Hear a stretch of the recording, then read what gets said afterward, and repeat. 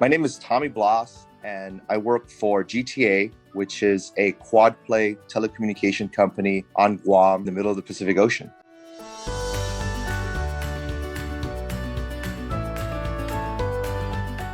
So with OKRs, when we kind of changed senior leadership a couple of years ago, our CEO decided that we needed to prioritize some of our big initiatives or key projects.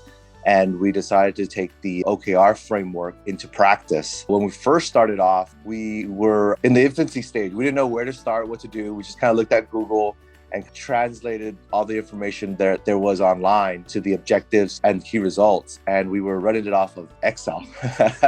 And it was pretty painful for the first year, if you could imagine, because our organization, especially our leadership team, which is the relevant managers, directors, VPs, and executives, that was about 52 people. So we kind of started really large, and then we had to kind of figure out how to scale down.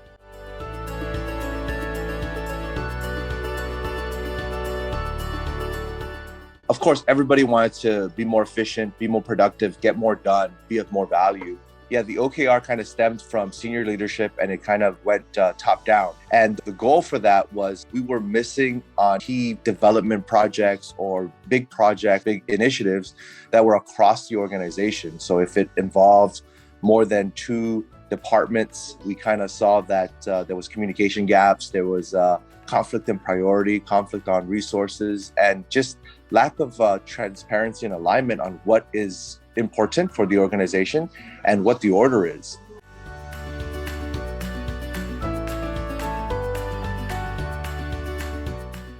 I don't really honestly remember the other companies we were evaluating, but there was two others. But it took us about a year to narrow down on a software. And the main reason of why we chose Profit, or why I chose Profit.co for the organization, was how it was kind of simple to use. It was easy to pick up. Like I said, we were kind of living in the Excel world. So just to kind of take that data and input it into Profit and structure it. I mean, Profit has a lot of great templates that you can use and pre-existing like OKRs on how to do it. And just the step-by-step on how to create it. That was a big help for us because in the world of Excel, there's no structure. I mean, you can write anything you want as an OKR or as a key measure or as an initiative and place it however you want. And when we kind of started with the trial and Profit, that kind of opened up my eyes to, hey, we're kind of writing a lot of these things wrong. And these are not even actual initiatives. They're more like tasks. So the first year when we did the OKRs out of Excel, I literally had a laundry list of tasks from all the different business units.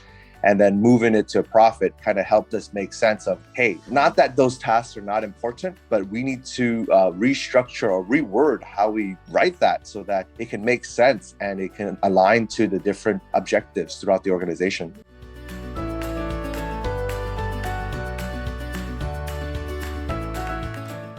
I think the first year when we did kind of get together with the organization and said, hey, look, you tell us what you want to do this year, right? We did this big exercise towards the end of the year.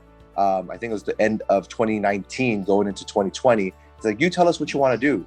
And that kind of stirred some great purpose in the organization because, you got the managers and the directors saying, hey, we want to do this, we want to do that. But then that list became, I think it was like 500 plus things, which is all awesome. We didn't want to devalue any of that work. But the problem was, I mean, we only have enough time and enough resources to do, some things, not all 500. So then it also helped us prioritize what matters most to the organization. What do we need to focus on? And maybe some of these other things we can put in the parking lot.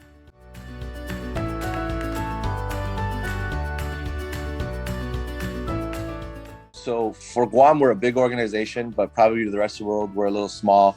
I think our employee base right now is around 450, plus or minus a few. Implementing the OKRs, getting a new idea of the methodology, the framework out to the organization was a little tough. It took a lot of coaching hours, right? Face-to-face at the time before COVID. So a lot of face-to-face, long conversations.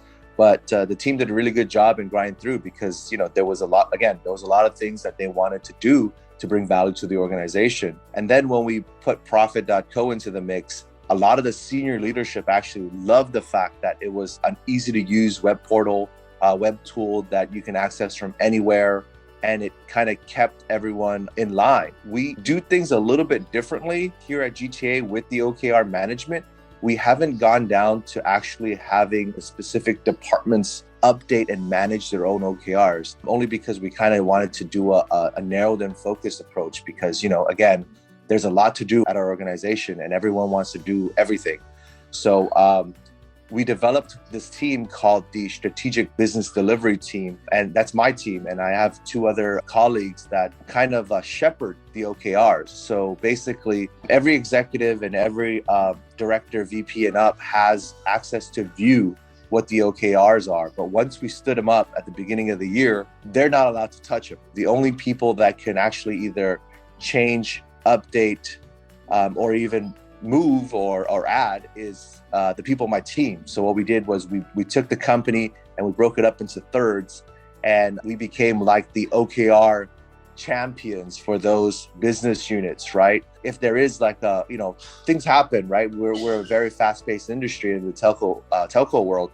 So if we do need a pivot, it's a change request that comes to us, and then we go to leadership and be like, hey, look, we need to pivot off of this objective or this key result because of XYZ. And then that structure kind of helped things move along a little bit better because now the business unit can focus on operating and getting their key results done. And then my team ends up kind of like the mother hen, right? Like, how are you on this? Once a week, we get to align and meet with them.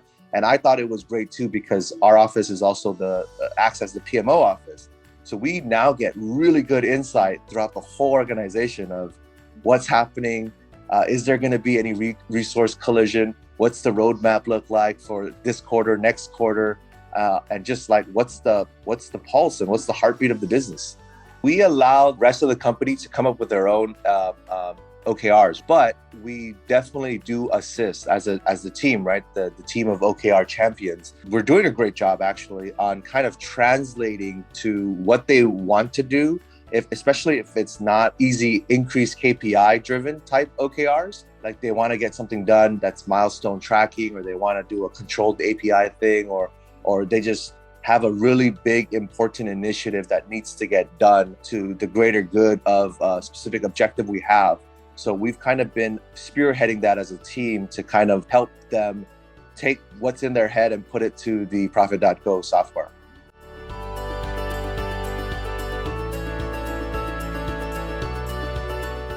The Profit.co team is amazing. When I was traveling for business last year, I was able to actually do a face-to-face, which is always good because like I'm a true believer in strategic partnerships. Sometimes putting the face to the name, to the, shaking the hand. They were very hospitable, especially when we were first getting started, right in between going from like the trial period to onboarding. The support was amazing. The support chat folks are doing a great job, especially even if it's something like, hey, how do I do this? Or I don't understand how to take this OKR, or why does this look like this? I never really have to get on a phone call with them. They can pretty much explain things via chat, which is amazing because that just makes life easier for everybody.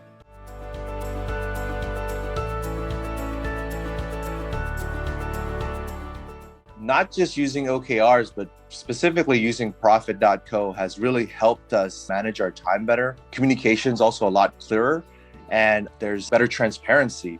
So before Profit.co, going back to my caveman days of Excel, we used to have OKR meetings once every other week because the lack thereof. And it was a long meeting with a lot of people. Once we got a little bit more efficient with that, I think we moved those meetings to from like over an hour 40 to about an hour.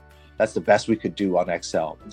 So once we launched Profit.co, now we meet with the broader group once a month. So we do a once a month review with the broader group, but then my team does the pulse checks, so the weekly check-ins, so that we kind of know what's happening before we even go into the review, so we can take action before it actually goes into trouble, right? Once we know it's at risk.